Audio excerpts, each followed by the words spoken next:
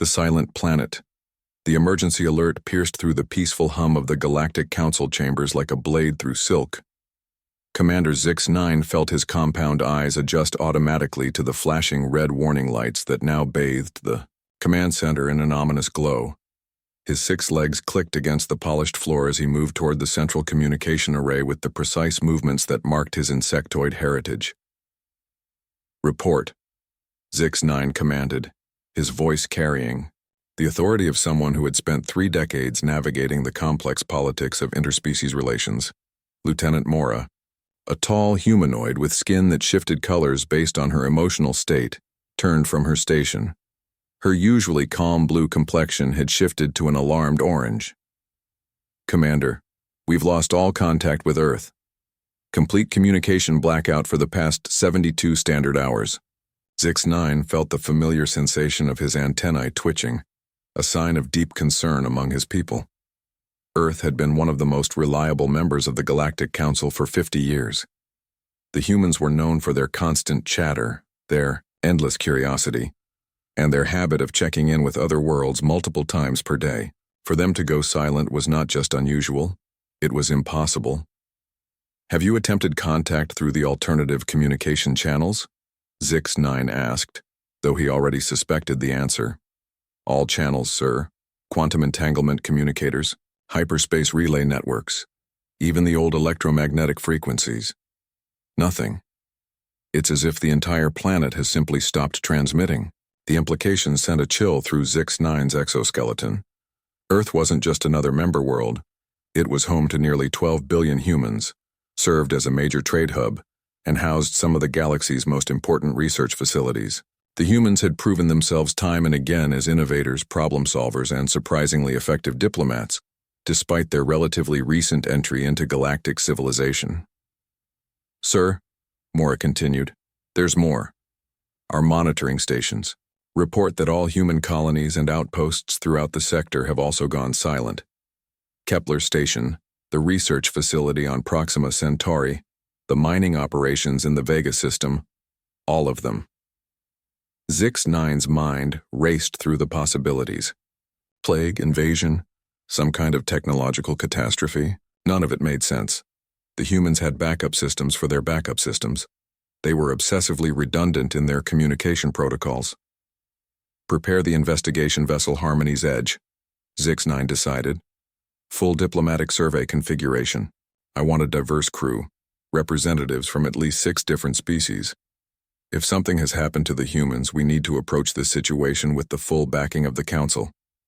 Within 8 hours, the Harmony's Edge was cutting through hyperspace toward the Sol system. Zix-9 had assembled his team carefully. Navigator Thrawn, a crystalline being whose species could perceive dimensions beyond normal space-time, would help them detect any spatial anomalies. Engineer Kayla, an amphibious species known for their technical expertise, would analyze any human technology they encountered.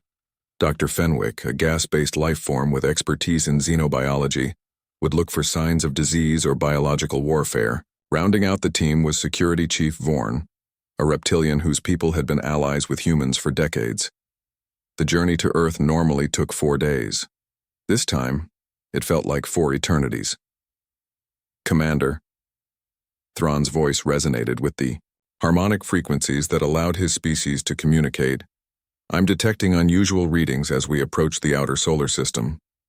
"Define unusual," Zix-9 replied, moving to stand behind the navigator's station. "The space around Earth appears empty. Not physically empty, but energetically quiet. It's as if all the electromagnetic noise that usually surrounds inhabited worlds has simply vanished." As they dropped out of hyperspace at the edge of Earth's solar system, the crew of the Harmony's Edge found themselves staring at what appeared to be a dead world. Earth hung in space like a blue marble, beautiful as always, but wrong in ways that were hard to define. "No radio transmissions," reported Communications Officer Yelt. "No television broadcasts, no internet traffic, no satellite communications. The communication satellites are still there, still functional, but they're not transmitting anything." "Life signs?" Zix-9 asked. Dr. Fenwick's gaseous form shimmered as he processed the data from the ship's sensors. "This is extraordinary. I'm Reading normal life signs across the planet. Plants, animals, and yes, humans. Approximately 12 billion human life forms, all present and apparently healthy. But their brain activity patterns are unusual. How unusual? They appear to be in some form of collective meditative state. Deep theta waves across the entire population. I've never seen anything like it. Zix-9 made the decision to land. They chose a site just outside what had once been London, one of Earth's major cities. As their shuttle descended through the atmosphere, they could see the city spread out below them. Lights still functioning, transportation systems still running on automatic, but no sign of human activity. The landing party consisted of Zix-9, Engineer Kyla, and Security Chief Vorn. They wore full environmental suits, not because Earth's atmosphere was dangerous, but because they had no idea what they might encounter. Walking through the empty streets of London was like moving through a perfectly preserved museum. Cars sat abandoned in the middle of roads, their engines still running. Shops remained open, their automatic systems continuing to function. In one cafe, they found a cup of coffee still warm, as if someone had just walked away moments before. "Commander." Kayla's voice came through the comm system. "The infrastructure is completely intact. Power grids are functioning normally. Water systems are operational. Even the internet servers are still running. It's as if every human on the planet simply stopped what they were doing at exactly the same moment." They found their first human in a nearby park. A woman in her 30s sat cross-legged on the grass, her eyes closed, breathing slowly and rhythmically. Her vital signs were normal, but she was completely unresponsive to their attempts at communication. "She's not unconscious," Dr. Fenwick observed through their communication link. "Her brain activity suggests she's in a heightened state of awareness but focused inward. It's almost as if she's listening to something we cannot hear." They found the same pattern everywhere they looked. Humans in meditation poses, alone or in groups, all with the same peaceful expression, all completely unresponsive to the outside world. In Times Square, thousands of people sat in perfect silence. In hospitals, patients and doctors alike had assumed the same meditative position. Even children were affected, though they seemed to maintain the pose with an unusual calm for their age. "Commander," Thrawn's voice crackled through their communicators.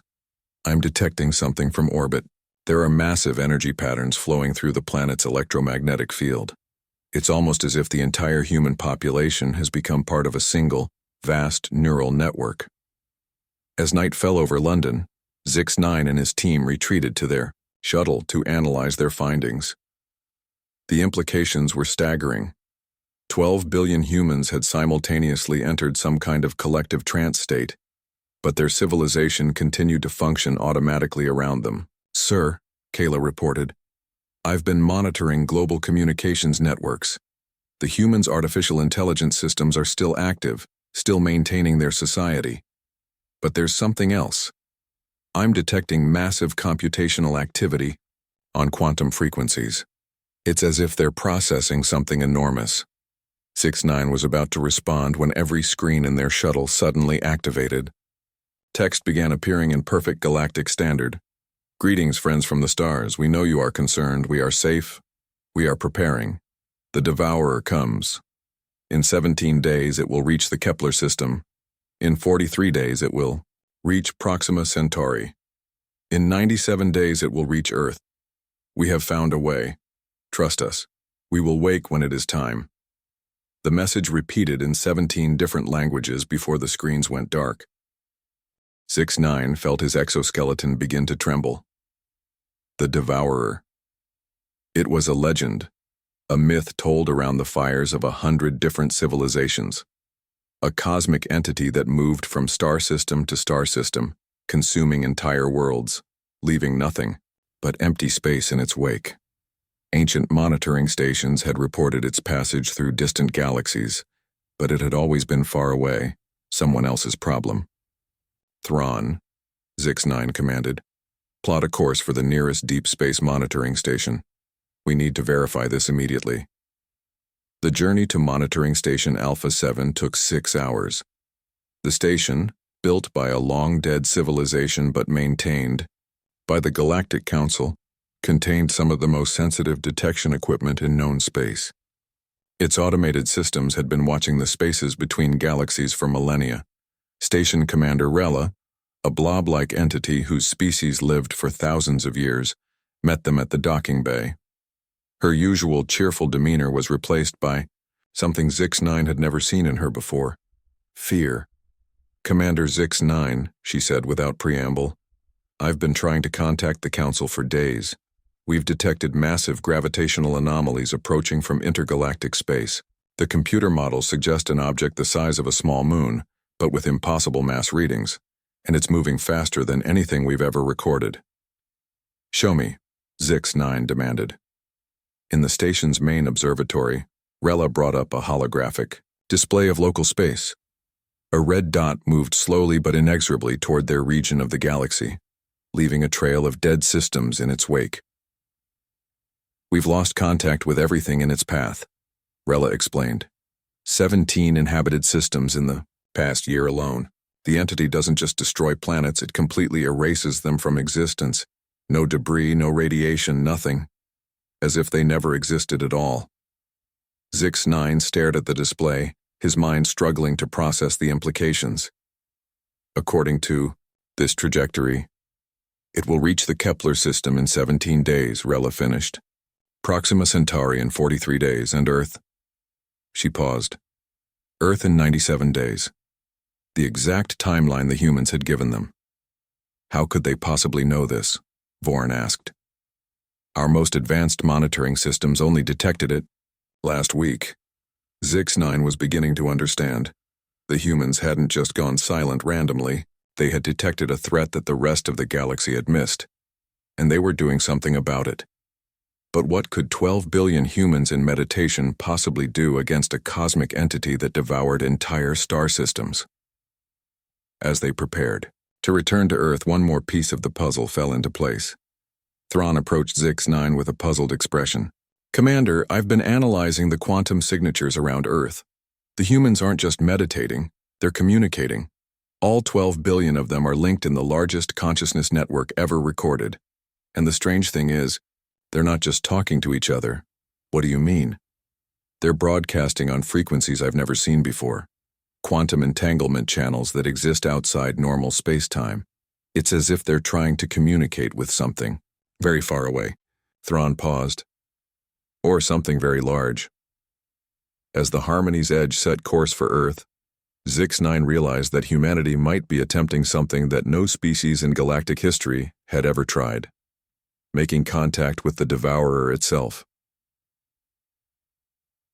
In 97 days, they would either witness the salvation of the galaxy or its complete destruction, and the fate of billions of lives rested in the hands of a species that had only discovered faster-than-light travel 50 years ago.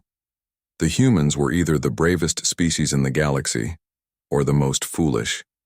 Zix-9 was beginning to suspect they might be both. The human solution, Dr. Elena Vasquez opened her eyes for the first time in 14 days and immediately wished she hadn't. The connection she had shared with 12 billion human minds was gone, leaving her consciousness feeling hollow and incomplete. She sat in the same meditation position she had assumed in her laboratory at the Global Institute for Xenological Studies. But everything had changed. Standing around her were 6 alien beings, their concern evident despite the vast differences in their biology. She recognized the insectoid features of a council species, the crystalline structure of what had to be a navigator from the outer rim, and several others whose species she had studied but never met in person. "Dr. Vasquez?" The insectoid being spoke in accented but clear English. "I am Commander Zix-9 of the Galactic Council. We have been trying to understand what has happened to your species." Elena struggled to her feet, her legs weak from 2 weeks of immobility. But her mind was sharp, filled with knowledge and purpose that hadn't been there before the Great Joining. She knew exactly who these beings were and why they had come.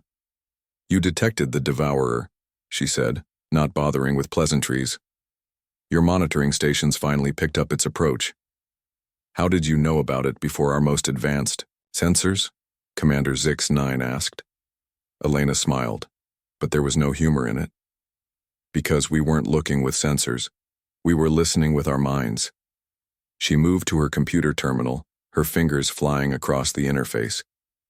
Commander, what do you know about quantum consciousness theory? Very little, 6-9 admitted. Most species develop technology to solve their problems. Elena explained as she brought up a complex display of quantum equations. Humans are different. We develop technology, yes, but we also develop ourselves. For the past 50 years, since we joined the Galactic Council, we've been studying something that other species largely ignore: the quantum nature of consciousness itself. She gestured to the equations on the screen. Consciousness isn't just electrical activity in the brain. It's a quantum phenomenon that exists partially outside normal spacetime. And when you link enough conscious minds together, you can perceive things that individual minds cannot. The crystalline being, whom Elena instinctively knew was Navigator, Thrawn, resonated with harmonic frequencies. You created a planetary consciousness network. Exactly. But not just to perceive the devourer. Elena's expression became grave. We linked our minds to communicate with it. The silence that followed was profound. Elena could see the disbelief and horror on the aliens' faces, even those whose expressions she wasn't familiar with. You made contact with the entity that has destroyed 17 star systems? Commander 6-9's voice carried a note of barely controlled panic. The devourer isn't evil, Elena said quietly. It's not even truly alive as we understand life. It's something far older and more complex. A cosmic function that serves a purpose we're only beginning to understand. She turned to face the group fully. What do you know about the heat death of the universe? Engineer Kayla, the amphibious being, spoke up. Eventually all energy will be evenly distributed, all stars will burn out, and the universe will reach maximum entropy. Right. But what if there was a mechanism to prevent that? What if the universe had a way to recycle energy, to restart the process of star formation and galactic development? Elena's eyes blazed with the intensity of someone who had touched the infinite. The devourer doesn't destroy civilizations randomly. It targets regions of space where entropy has reached critical levels. But the systems it destroyed were thriving, Commander 6-9 objected. On the surface, yes, but deep scans of the space it's already passed through show something remarkable. New star formation has increased by 3,000%. The energy that was locked up in those civilizations has been redistributed throughout the cosmic web. The devourer is gardening the universe. Elena called up another display, this one showing a map of their local galactic region. However, there's a problem. The devourer operates on cosmic timescales. It doesn't distinguish between necessary entropy reduction and premature civilizational harvest. Our sector of the galaxy isn't ready for recycling. We have billions of years of development ahead of us. So how do you communicate with something like that? Navigator Thrawn asked. Very carefully, Elena replied, and with the combined consciousness of an entire species. The devourer doesn't perceive individual minds any more than you notice individual bacteria, but a unified planetary consciousness that it can sense. She moved to the window of her laboratory, looking out at the city where millions of humans were still in meditation. We've been in contact with it for 2 weeks, not communicating, in words or concepts, but in pure intention and understanding. We've shown it the difference between a galaxy ready for renewal and one still in its developmental phase. And it listened? 6-9 asked incredulously. It considered our arguments. But convincing a cosmic entity to change its predetermined course isn't simple. It requires proof that we represent something worth preserving, something that serves the greater cosmic function. Elena turned back to face them. That's why I woke up. We need your help. Our help? The plan we've developed requires the cooperation of every spacefaring species in this sector. We're going to redirect the devourer away from inhabited space, but it needs to be a coordinated effort involving precise gravitational manipulations across multiple star systems. Elena activated a holographic display that showed the complex orbital mechanics involved. Using our combined fleet positions and timed gravitational assists, We can create a corridor that will guide the Devourer toward the Magellan Void, an empty region of space that still needs energy redistribution. Engineer Kayla studied the display intently. This would require mathematical precision beyond anything we've ever attempted. The timing would have to be perfect across light years of space. Which is why we need the human consciousness network to coordinate it, Elena explained. Quantum. Entanglement communication allows instantaneous coordination regardless of distance, but we need your ships, your technology, and your trust. Commander Zix-9 was quiet for a long moment. You're asking us to trust the fate of our civilizations to a species that's been part of the galactic community for only 50 years. No, Elena corrected. I'm asking you to trust a species that solved in 50 years a problem that has been destroying civilizations for millions of years. Over the next 3 days, the most complex military and scientific operation in galactic history took shape. Ships from 43 different species took positions throughout the sector. Human consciousness remained linked, providing real-time coordination for maneuvers that had to be timed to the nanosecond. Elena served as the primary interface between the human collective and the alien fleets. She could feel the minds of her species like a warm ocean in her consciousness, all focused on the single task of saving their galaxy. Position confirmed, Sector 7, came the report from a crystalline navigation vessel. Andorian fleet ready for gravitational assist, reported. Another. Kepler station confirms quantum anchor points are stable, added a third. Elena felt the approach of the Devourer like a pressure in her mind. It was still following its original trajectory, but she could sense its awareness of their efforts. It was curious about what these small beings thought they could accomplish. All stations. This is Dr. Vasquez. Initiate sequence Alpha on my mark. Elena closed her eyes and felt her consciousness merge more fully with the human collective. 12 billion minds focused on a single moment in space and time. Mark. Across 17 star systems, ships began moving in perfect synchronization. Gravitational field generators activated in precise sequence, creating invisible channels in space-time itself. The plan required each ship to arrive at exactly the right position at exactly the right moment, creating a cascade of gravitational effects that would bend the Devourer's path by just a few degrees. A few degrees across cosmic distances would be enough to redirect it toward the Magellan Void. Elena felt the moment when the Devourer encountered their gravitational corridor. For an instant, she sensed its vast consciousness considering their offering. They had created a path that would allow it to fulfill its cosmic function without destroying inhabited worlds. The entity that had consumed 17 civilizations accepted their redirection. Gravitational anomaly detected, Navigator Thrawn reported. The Devourer is changing course. New trajectory confirmed, Magellan Void. Cheers erupted across the communication channels from dozens of different species.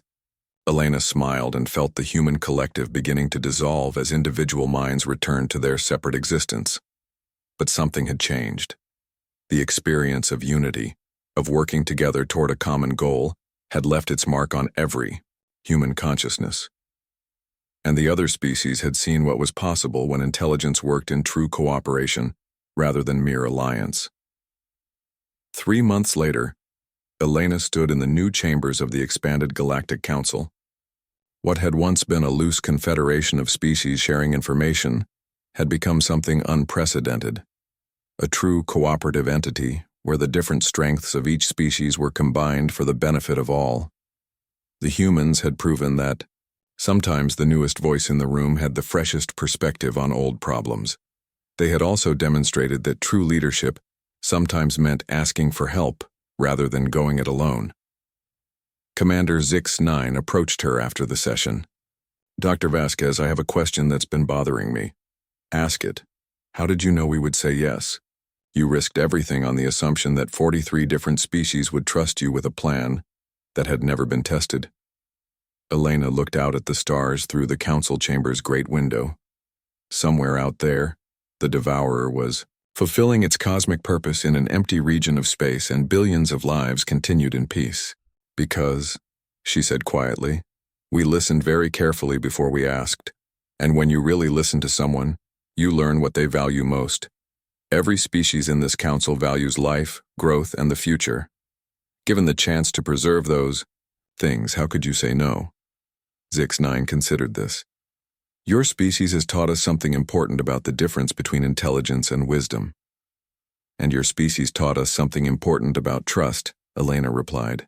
We may have had the solution, but without your willingness to believe in something unprecedented, none of it would have worked.